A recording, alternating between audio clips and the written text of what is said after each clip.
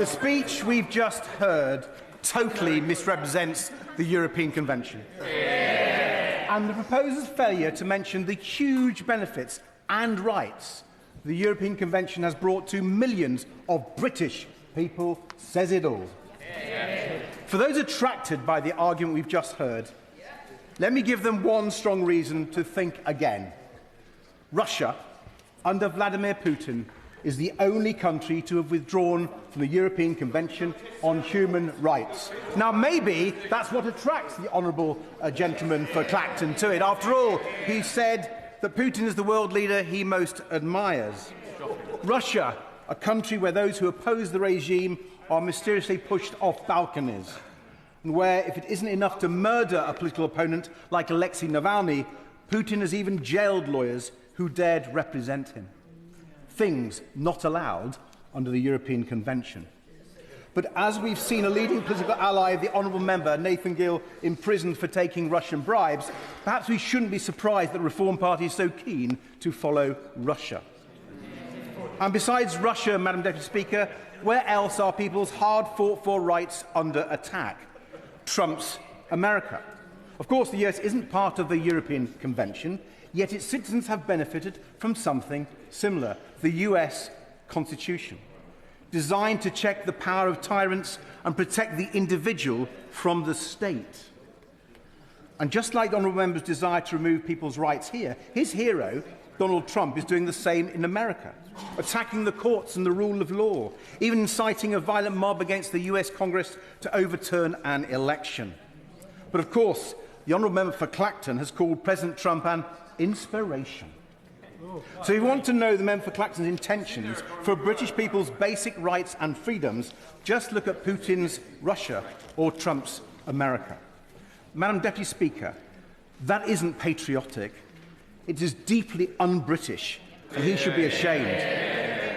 Unlike the honourable member for Clacton, I am proud of our country. I love our country. I am proud that Britain helped create the European Convention on Human Rights, championed by Winston Churchill himself.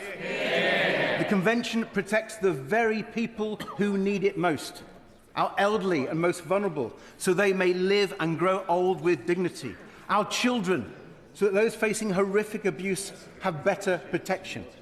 It also upholds our freedom of speech, so that the press and public can criticise those in power without fear. And it protects our peaceful right of protest. 70 years ago, Britain became the first country to ratify the Convention as a leading voice on the global stage for human rights and the rule of law. That is our history. That is who we are. That is Britain at our best. And yet the honourable member for Clacton wants us to forget our history, dump British values, undermine the rule of law and row back on people's hard-won rights. I say no. To help get over how wrong the honourable member and the Reform Party and the Conservatives are on this, let me give some examples. Madam Deputy Speaker, when people died because of poor care at Stafford Hospital, their families secured change because of these laws. When British troops died in Iraq because of poor equipment, the Supreme Court ruled that the government was accountable because of these laws. After 96 people were killed in the Hillsborough disaster and the victims themselves were blamed and their families finally got the truth because of these laws. And when the Metropolitan Police failed to properly investigate the horrific assaults of John Warboys, his victims were able to take the police to court because of these laws. Time and again, the European Convention and its British twin, the Human Rights Act, have brought justice for our people, protected them from gross misconduct and unfair treatment. These laws help individuals hold the powerful to account, to hold governments to account. These laws can get justice when the elite and powerful cover up and abuse their power. So it's clear, isn't it, Madam Deputy Speaker, the honourable gentleman isn't about standing up for the individual, for the ordinary person, for the people with no voice, Madam Deputy Speaker, the honourable gentleman is the friend of the elite and the powerful. Yes. And Madam Deputy Speaker, if we do not defend our human rights here at home, how can we possibly persuade other countries of the importance of human rights for their own people? If we do what reform wants, the biggest cheers will come from the Kremlin and from Beijing, from Tehran, from Pyongyang, and from dictators and authoritarian regimes the world over. That would be a betrayal of everything our country stands for. And his plan would damage our country's ability to shape our world. Leaving the convention would be another nail in the coffin of Britain's unique soft power, where we have so often in the past influenced world events for the better by being part of international agreements, by upholding international law, by leading. Now, of course, the honourable gentleman has made his career by damaging our country and our influence. Remember how he led the campaign for Brexit with his Conservative friends? And we know what a total mess that's turned out to be. He and his friends argued Brexit would cut immigration, but immigration has gone up. Just look at how badly he's betrayed the people he claims to speak for. Brexit made the small boats crisis possible. Before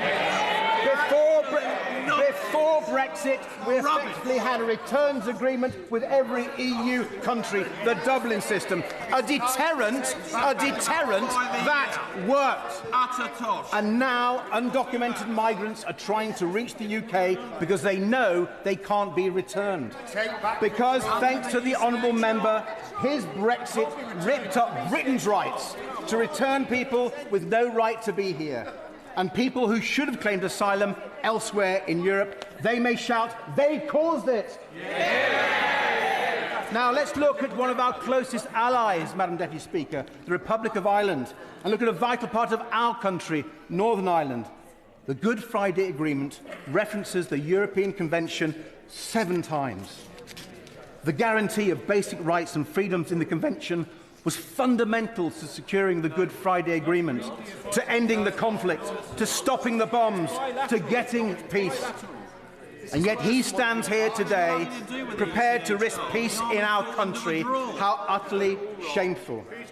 Madam Deputy Speaker, as we approach Remembrance Sunday, let us never forget the sacrifices made for our freedoms today. And let us never forget the lessons that greatest generation of British people learnt and passed on to us. I think the veterans will notice what Mr. Barrett said. Our greatest generation, Madam Deputy Speaker, showed us that we needed these laws to protect people from state abuse, to stop authoritarian government and tyrants, and to defend people's rights. The post-war generation knew how costly far-right-wing populism had been for our country and our people. So, Madam Deputy Speaker, for our greatest generation, for British people today, and for our democracy, vote against this bill.